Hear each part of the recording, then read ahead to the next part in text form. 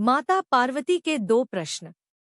एक एक मंगलसूत्र में कौन सी मोती पहनने से वैवाहिक जीवन दुखद और पति रोगग्रस्त हो जाता है? 2. इंसान अपनी किस्मत कैसे बदल सकता है? एक बार भगवान शिव कैलाश पर्वत पर बैठे थे। माता पार्वती भगवान शिव के पास पहुंच जाती है और हाथ जोड़कर प्रार्थना करती है कि प्रभु, मेरे दो प्रश्न हैं। आप इन दोनों प्रश्नों के उत्तर देकर मेरे मन को पूरी तरह से संतुष्ट करने की कृपा करें।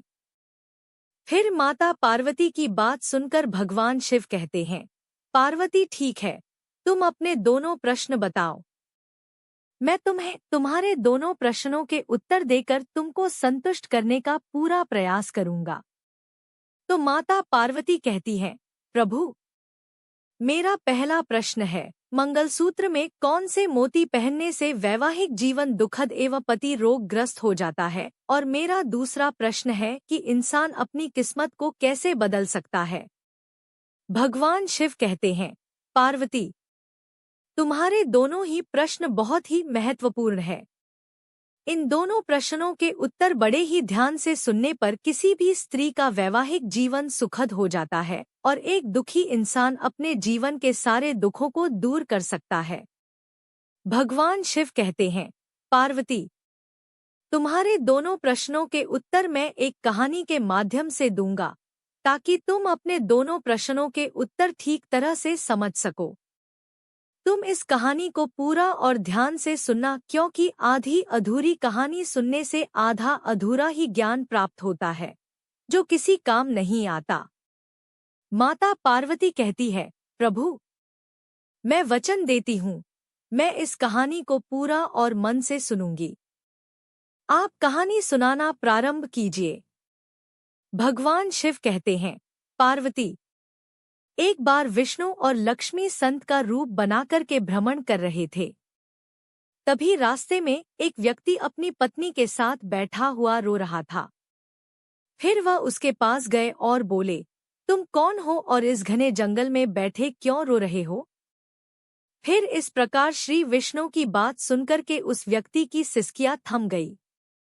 वह अपने आंसू पोंछता हुआ बोला, महाराज, मैं पास के गांव का रहने वाला एक बदनसीब व्यापारी हूँ। जो भी काम करता हूँ वह बिगड़ जाता है। इसी चक्कर में आकर मैंने अपनी पत्नी के गहने गंवा दिए। मैंने अपने परिवार को भी खो दिया और अब मेरा घर भी गिरवी पड़ा है। मुझे तो लगता है कि मैं किसी काम का नहीं रहा, मेरी किस्मत ही खराब है। भगवान शिव कहते हैं, पार्वती, इस प्रकार उस व्यक्ति की बात सुनकर विष्णु कहते हैं, तुमसे किसने कहा कि तुम्हारी किस्मत खराब है? जरा मैं भी तो जानूं तुम्हारी किस्मत में क्या खराबी है। फिर वह व्यक्ति कहने लगा, महाराज, पहले मैं खेती करता था, लेकिन उसमें हर साल घाटा होता था। कभी सूखा पड़ जाता तो कभी ज्यादा बारिश होने के कारण फसल बर्बाद हो जाती थी। इससे परेशान होकर मैंने व्यापार करने का निश्चय किया। मेरे पास पैसे नहीं थे तो मैंने पत्नी के गहने बेचकर के अपना व्यापार शुरू किया। जब व्यापार नहीं चला तो शुरू में परिवार वालों ने मेरा साथ दिया, लेकिन जैसे जैसे मुझे नुकसान होने लगा मेरे परिवार वाले भी मुझसे दूर हो गए। लेकिन महाराज, मैं यह सब अपने परिवार वालों के लिए ही तो कर रहा था। अब वह लोग मुझे देखकर नजरें फेर लेते हैं और मुझे ही मेरे परिवार की दुर्दशा का जिम्मेदार ठहराते हैं। मेरा एक मित्र है, उसने भी मेरे साथ ही अपना व्यापार शुरू किया था, लेकिन उसका व्यापार अच्छा चल रहा है। वह जब भी मेरे घर आता है तो अपनी सफलता की कहानियां सुनाता है। उसकी बातें सुनकर मेरे घर वाले भी कहते हैं कि अपने मित्र को देखो और कुछ सीखो। हमें तो लगता है कि तेरे बस में कुछ भी नहीं है, तू कुछ नहीं कर सकता। महाराज, उन लोगों की बातें सुनकर के अब मुझे भी लगने लगा है कि शायद मेरे बस में कुछ भी नहीं है। अब तो मुझे अपना जीवन ही व्यर्थ लगने लगा है। मेरे मन में ख्याल आता है कि मैं अपना जीवन समाप्त कर लूं।